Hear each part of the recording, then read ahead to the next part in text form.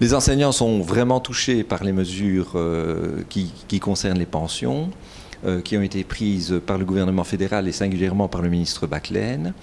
On pense tout d'abord à l'allongement de la carrière, qui va obliger les enseignants à quitter plus tard, évidemment, la fonction d'enseignant, et avec pour effet qu'à ce moment-là, structurellement, un enseignant qui ne s'en va pas à la retraite, eh bien, il ne laisse pas une place pour un jeune. Donc ça veut dire qu'on touche directement à l'emploi des jeunes enseignants. Par ailleurs, il y a évidemment le fait qu'un enseignant, une enseignante, on pense particulièrement aux instituteurs et institutrices maternelles qui doivent rester dans la carrière en fonction du parcours de carrière qu'ils ont eu peut-être jusqu'à 65, 66 ou 67 ans,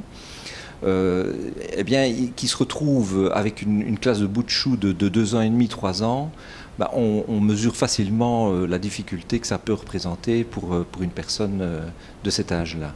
Et donc ça, c'était évidemment une grande difficulté. Et enfin, il y a des projets qui sont à réaliser prochainement, qui sont annoncés par le ministre Baclaine également, et qui visent à toucher le montant de la pension des enseignants. Donc revoir le calcul de la pension des enseignants, qui était considéré comme un salaire différé, et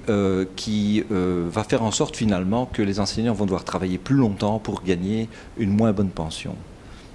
Alors, toutes ces mesures-là, et d'autant plus qu'il y a encore des mesures à prendre, elles sont totalement inacceptables et que les enseignants ne sont pas prêts à accepter ces mesures-là. Ils l'ont déjà montré par une participation importante dans les mouvements précédents et ils seront déterminés à continuer à participer aux mouvements qui sont annoncés et à contester ces mesures qui leur sont défavorables.